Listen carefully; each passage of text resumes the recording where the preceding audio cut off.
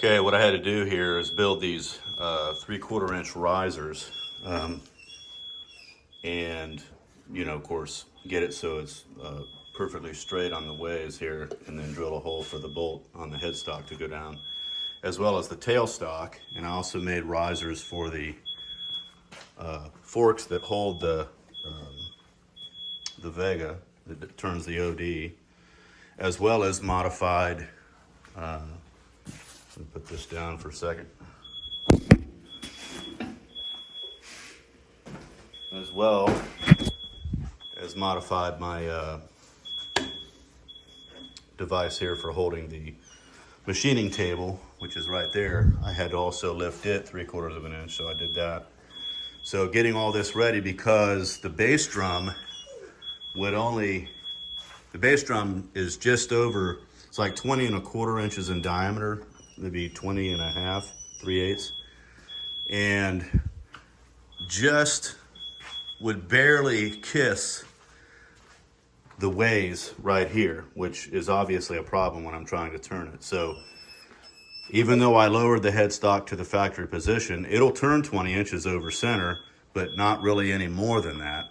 I thought I might be able to get away with it, but I'm afraid it would rub, and I can't have it rub at all. So I had to go ahead and remake some risers. I'm not lifting it as high as I did back in the day, but just enough to get that headstock so it'll, that drum shell will clear the ways, not pose any problem.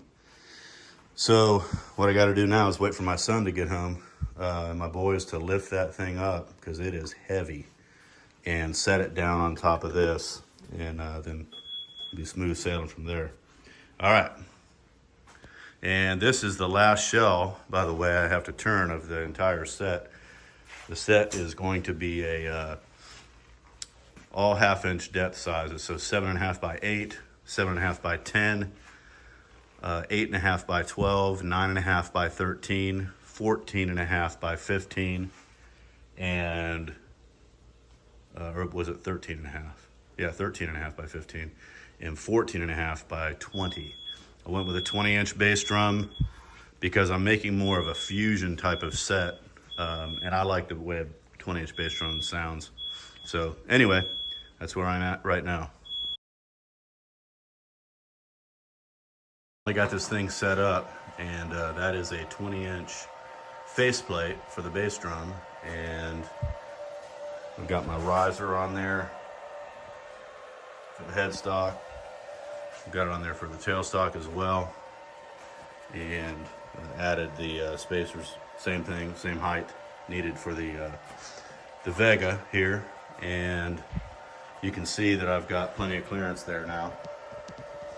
So if I had not done that, the shell probably would have touched the ways, and that would be a problem. So now I can set up and turn that bass drum shell hopefully without any problems. So been a long day, so I'll catch you guys next time. Okay, I've got it set up to do the turning operation. This is a 20-inch diameter, or will be a 20-inch diameter bass drum. It will be 14.5 inches long, and while that looks like a crack, it's not. Yeah, it's not a crack. Anyhow, normally I would put a faceplate up against here. I don't have one that's cut, and I'm just going to experiment here, because one thing that a faceplate does when you add it to this side is it tends to contort the center line, even if you have light pressure. And so I'm going to see if I can turn the OD without using a faceplate, so that there's no pressure on it. It's the shell is, it's going to be perfectly centered. It already is centered because it's on the faceplate, of course being on the spindle here, but I've got to take this material down. So this faceplate is a double ply of basically cabinet grade plywood with a maple veneer. Once I'm done with it, I'm going to make it into a table. Just a utility table for out here in the shop, but that's to add rigidity to this. So hopefully by doing that, it's going to keep this shell still enough for me to carefully turn the OD. Then when I when I get to the ID, what I'll be able to do is add these wheels, and I'll show you that when I get to that point. But for now, I'm going to begin turning this. I've already made one pass, so here we go. Okay, I've got my guard in place, and I've got my face mask, safety first. So here we go.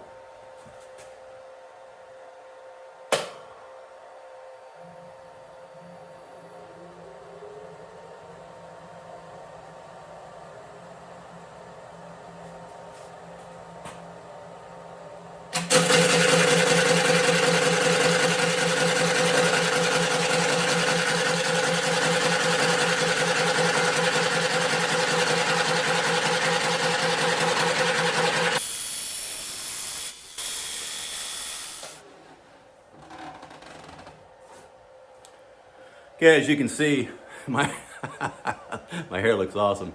As you can see, I had to use a faceplate after all, because when I got to about right here, there's a vibration that starts to occur, and actually you can hear a pitch from it.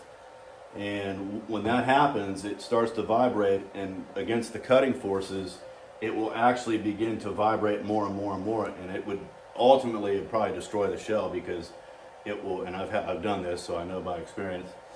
It would vibrate enough to get it going, and when it gets going so much, it just continues to snowball, and that cutter would start gouging into the shell, and it would make for a real disaster. So I'm going to get a measurement on this and see if I'm there yet.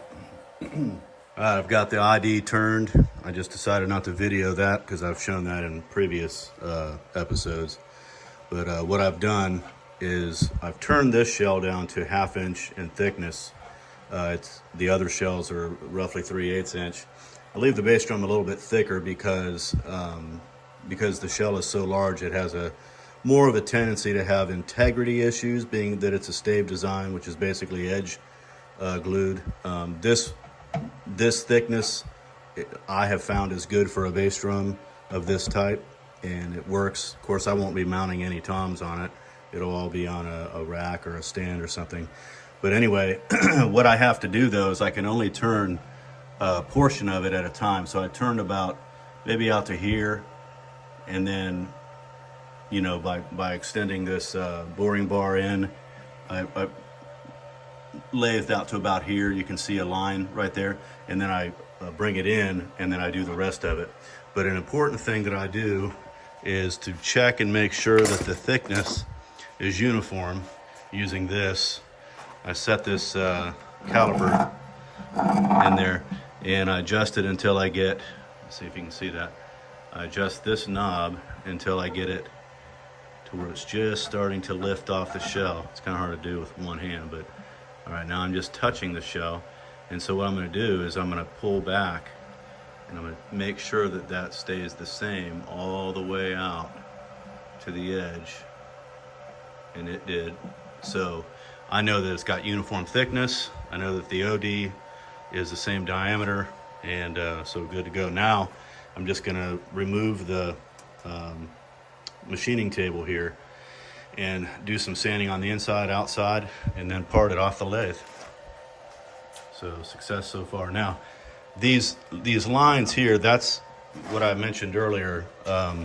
It's when it gets to a certain frequency or vibration, it'll actually start to dig into the shell.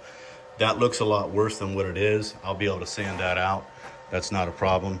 And the same in the inside.